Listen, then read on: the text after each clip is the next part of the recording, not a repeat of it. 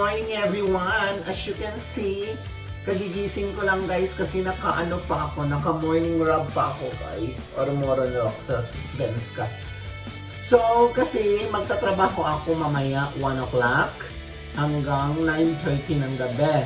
So, ihahanda ko na guys yung mga lulutuin ko para pagbalik ko mamaya from work, iinitin ko na lang siya. So, ganun ang buhay dito guys. So, have fun watching! Yan po guys. Isang malaking salmon at saka beef. Yan po ang aking magiging Christmas dinner sa Noche Buena. So, yan po ang magiging sahog sa salmon na ilalagay ko sa tiyan. Nahugasan ko na ang lax guys or ang salmon. Tapos ilalagay ko na siya sa foil. So yan guys. First, lagyan muna natin ng panlasa yung tiyan niya guys. Ayan.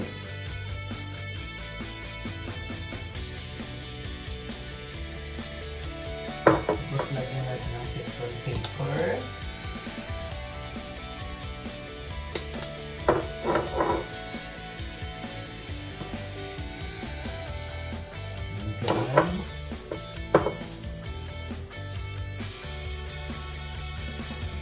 Tapos lagyan natin ng mga anach-anach sa loob ng tiyan para hindi siya malamis.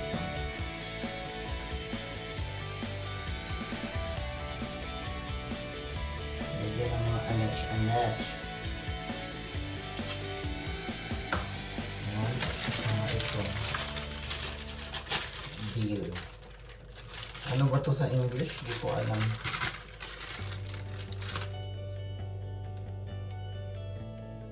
Paborito ko to, pinakain ko to siya.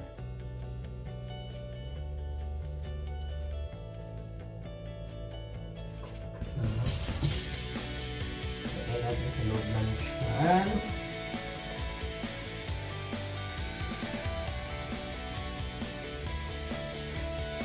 Since sobrang laki ng salmon guys, hindi ko siya nilagyan ng tomato o ng tomato. Kasi takot ako baka masira siya.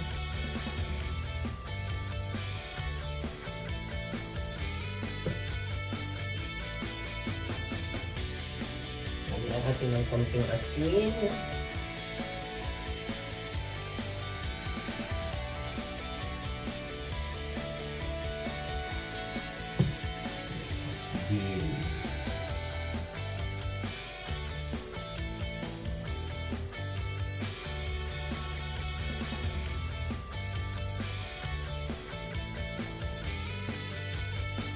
Ayan, ready na siya.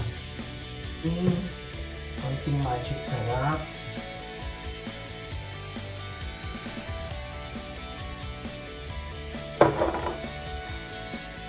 Ayan siya. Ay, ano ba siya? Tapos sa kabilang side.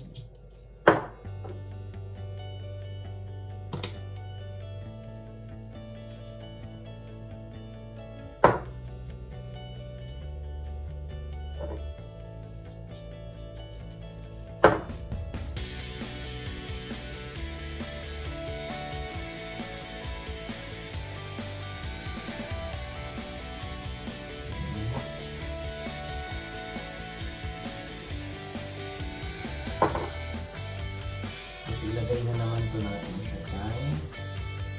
Ay, lalak yan.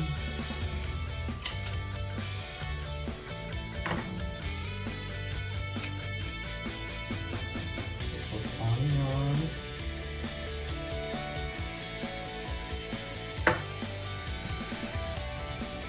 Tapos ang dill. Masarap ito, pinakain ko.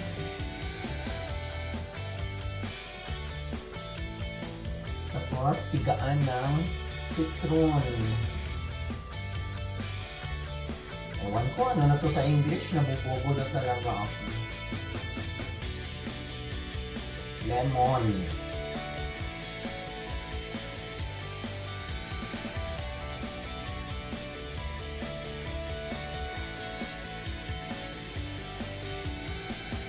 So, yan na guys. Babalutin na natin yan. So, this time, babalutin na natin siya para ready na siya sa oven. Yan. Babalutin na natin siya.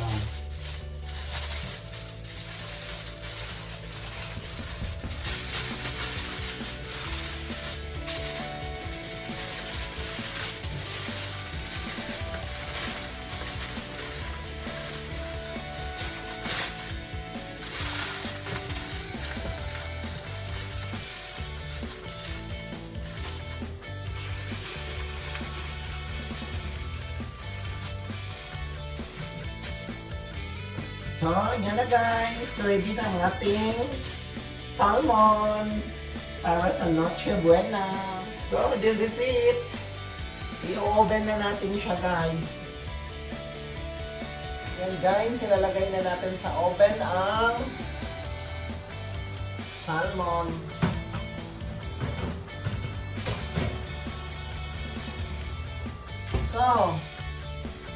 So guys, nasa oven na ang ating lox. Makikita nyo guys, nasa ano siya, yung air. Tapos, 150 kasi sobrang laki po niya guys. Almost 3 kilos ata yan. So, 150 nasa air siya. And then, siguro mga 1.5 hours siya. Kasi iinitin ko pa naman siya mamaya guys. So, guys, isang aking beef. So, yan po ang aking beef. Pipituhin ko lang to siya guys kasi wala na talaga akong time mamaya.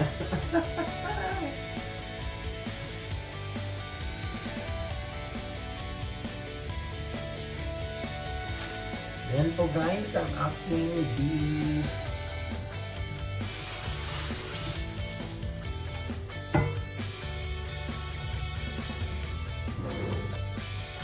Lagyan natin ang sahog.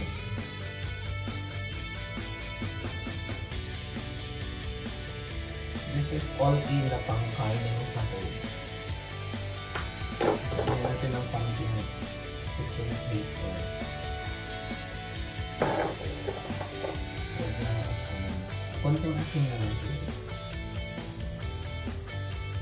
Ang hirap guys no, pag hindi ka marunong magluto tapos mapapahamak ang magluto kasi nga walang magluluto para sa iyo. Sana all magluluto sa akin.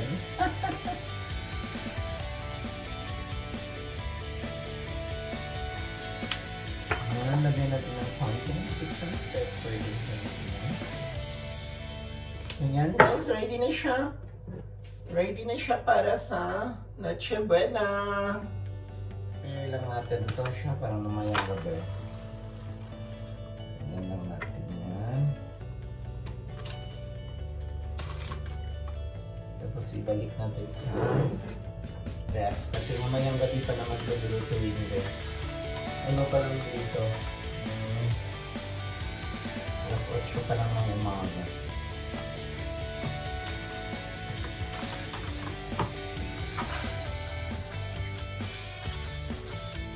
So, this is it, pansit. Pipituhin na lang itong mamayang gabi. So guys, nasa simbahan ako ngayon para magsimba. Galing work, simba, and then uwi ng bahay. So yan lang ang buhay dito guys.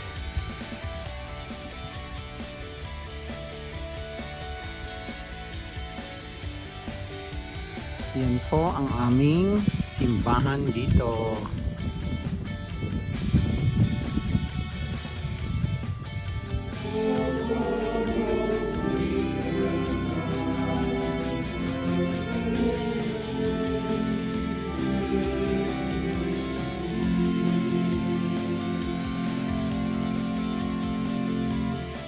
Guys, now I'm back. I'm home from work and then nagsimba po ako. And then ngayon, I will going to fry the beef. Yan, ipiprito ko na po ang beef. So, maya-maya kakain na ako.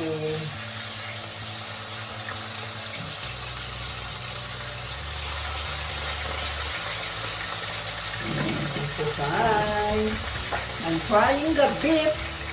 So kakain na ako mamaya. Hello guys! Have you enjoyed your Christmas? Have you ate too much? Ako hindi pa, nagluluto pa ako. Yan po guys, pinafry ko na ang aking beef. Yan. Tapos may dalawa pa dito. Yan. So guys, atin lang kukunin ang salmon na aking inoven. See. Hey guys.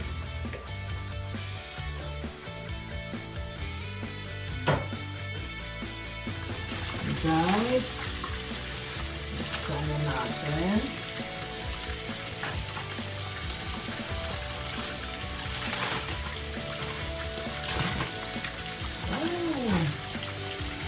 Wow!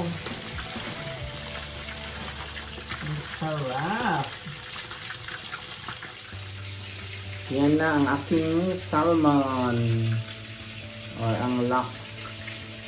Yan ang aking lox, guys. Hinati ko siya kasi hindi ko kaya.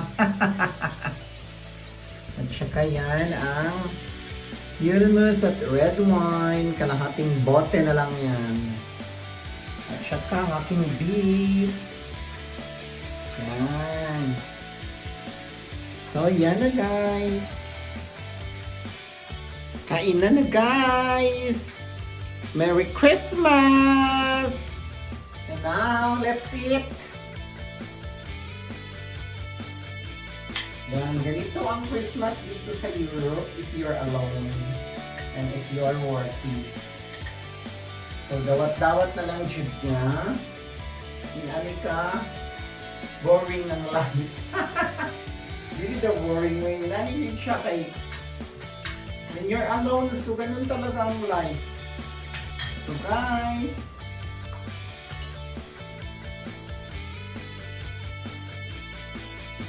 Europe life.